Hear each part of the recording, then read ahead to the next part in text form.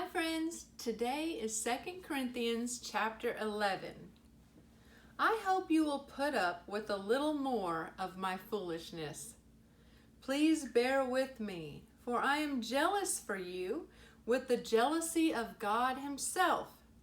I promised you as a pure bride to one husband, Christ.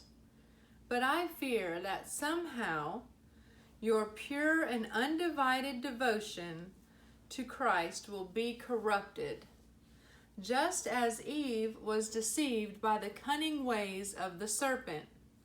You happily put up with whatever anyone tells you, even if they preach a different Jesus than the one we preach, or a different kind of spirit than the one you received, or a different kind of gospel than the one you believed. But I don't consider myself inferior in any way to these super apostles who teach just such things. I may be unskilled as a speaker, but I'm not lacking in knowledge. We have made this clear to you in every possible way.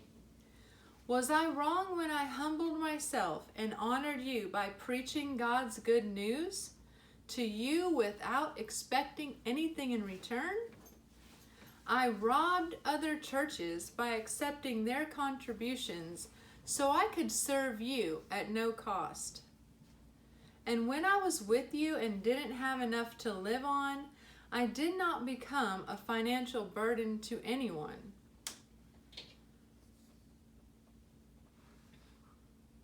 For the brothers who came from Macedonia brought me all that I needed. I have never been a burden to you, and I never will be. As surely as the truth of Christ is in me, no one in all of Greece will ever stop me from boasting about this. Why? Because I don't love you? God knows that I do. But I will continue doing what I have always done. This will undercut those who are looking for an opportunity to boast that their work is just like ours. These people are false apostles. They are deceitful workers who disguise themselves as apostles of Christ. But I am not surprised. Even Satan disguises himself as an angel of light. So it is no wonder that his servants also disguise themselves as servants of righteousness. In the end, they will get the punishment their wicked deeds deserve. Again I say, don't think that I am a fool to talk like this. But even if you do, listen to me, as you would listen to a foolish person. Also, I boast a little. Such boasting is not from the Lord, but I am acting like a fool. And since others boast about their human achievements, I will too. After all, you think you are so wise, but you enjoy putting up with fools. You put up with it when someone enslaves you, takes everything you have, takes advantage of you, takes control of everything, and slaps you in the face. I'm ashamed to say that we have been too weak to do that. But whatever they dare to boast about, I'm talking like a fool again. I dare to boast about it too. Are they Hebrews? So am I. Are they Israelites? So am I. Are they descendants of Abraham? So am I. Are they servants of Christ? I know I sound like a madman, but I have served him far more. I have worked harder, been put in prison more often, been whipped times without number, and faced death again and again. 5 different times the Jewish leaders gave me 39 lashes. 3 times I was beaten with rods. Once I was stoned. 3 times I was shipwrecked. Once I spent a whole night and day adrift at sea. I've traveled on many long journeys. I've faced dangers from rivers and from robbers. I've faced danger from my own people, the Jews, as well as from the Gentiles. I have faced danger in the cities, in the deserts, and on the seas. And I have faced danger from men who claim to be believers, but are not. They claim to be believers, but they are not. I've worked hard and long, enduring many sleepless nights. I've been hungry and thirsty, and have often gone without food. I have shivered in the cold, without enough clothing to keep me warm.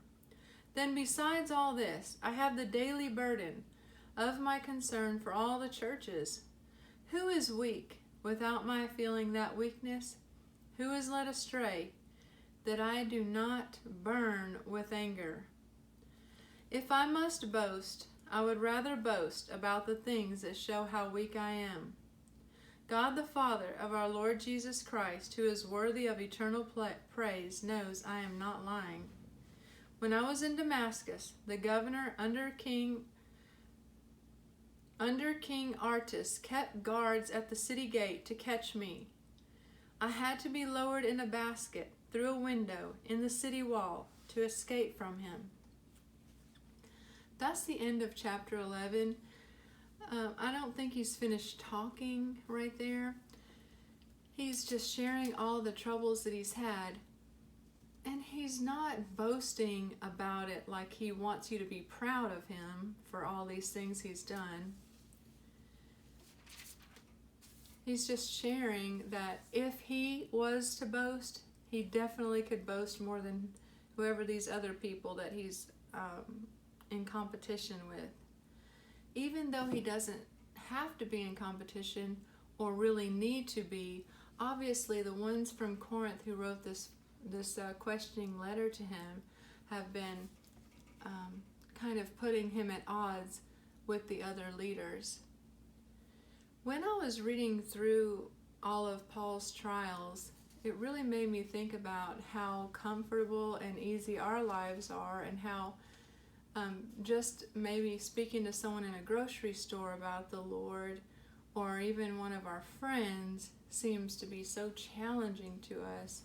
But when you look at it in light of the things that Paul suffered and some of the other apostles, and not to mention even our Lord suffered, maybe we could do a little bit more to help send out the good message of Jesus Christ, especially in our spheres of influence, our close sphere like our family, and then our friends and our co-workers. So maybe I don't have exactly one verse to write about, but I will spend some time asking God who I can reach out to in my sphere of influence today or this coming week to find out what I can do to share the good news about Jesus. And I pray that you will do the same, friend. Be blessed.